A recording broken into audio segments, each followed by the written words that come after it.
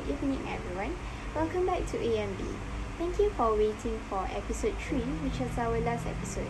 So today I, Nashatul Fikriya binti Muhammad Fakhrul Razi, and my friend Ferdi Tanjung bin Ahmad and Zulhilmi bin Abdul Qadir will continue to share with you some information on Zaid bin Zaid and Abu Ubaidah Al-Jarrah. So firstly, let's find out who is Zaid bin Zaid. His father's name is Zaid bin Amr bin Nufail.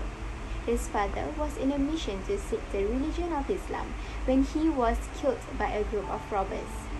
But before he died, he prayed to Allah, "O Allah, you have forbidden and prevented me from obtaining the goodness of this religion, so do not let my son also be prevented from getting the true religion."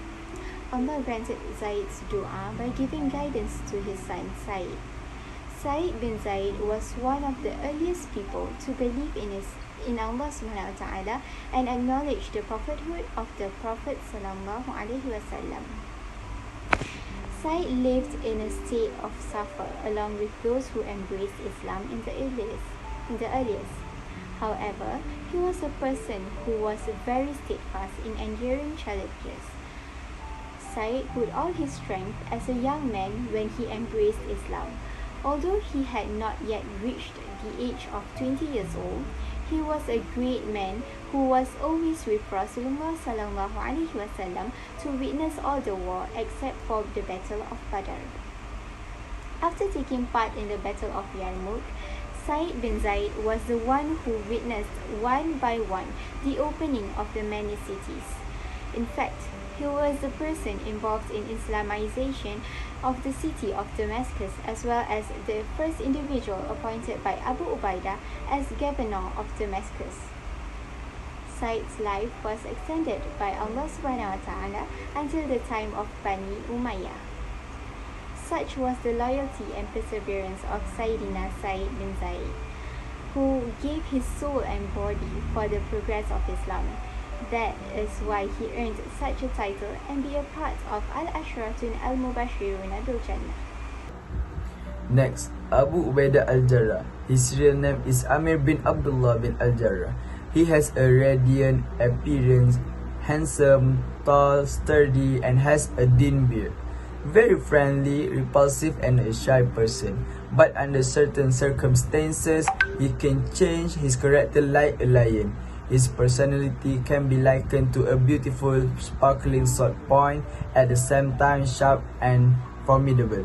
Abu Ubaidah was among the earliest to embrace Islam, reciting his Shahada in front of Rasulullah. He also received various tortures and threats from the Kuffar, but all that cannot be compared to the allegation he faced while on the battlefield of Badr. Abu Ubaidah played the role of a true fighter. He was never of dying when attacking his enemy. His heroism had terrified the enemy that everyone avoided colliding with Abu Ubaidah.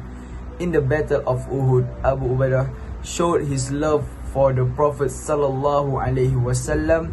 Abu Ubaidah, along with several other companions, continued to defend Rasulullah. They formed a human fortress. They used their bodies to withstand the enemy's attack made for the Prophet sallallahu alaihi wasallam. Rasulullah sallallahu alaihi wasallam was not spared from being attacked by the enemy. His molars were broken, the skin of his forehead was torn, his lips were bruised, and his cheeks were bleeding from the 2 blades of the chain of armor he was wearing. But then Abu Ubaidah approached Rasulullah SAW. He was very anxious to put out the chain with his hand, fearing it would hurt the Prophet SAW. Then he pressed his mouth to Rasulullah's chest and beat with his incisors as hard as he could until the looseness of the iron chain made it easier for him to be put out. His tooth was broken because of the chain, but he didn't care. He continued to beat another chain until it loosened up with his second tooth. Seeing this situation, Abu Bakar said, the best human being who is follow is Abu Ubaidah. He was also often assigned by Rasulullah SAW to lead military mission and also dakwah. The Prophet SAW said, every ummah has a trustee, and the trustee of this ummah is Abu Ubaidah. Abu Ubaidah show an attitude that should be emulated by every ummah. His love for Islam surpassed his love for his father. MashaAllah, what inspiring story we have been hearing throughout all 3 episodes. This episode marked the last episode of the AMB series. My friend Nanda Humaira and I, as part of KUIS Exco Academy and Tarbiyah, who direct this series, wish to thank you so much for watching from episode 1 to episode 3.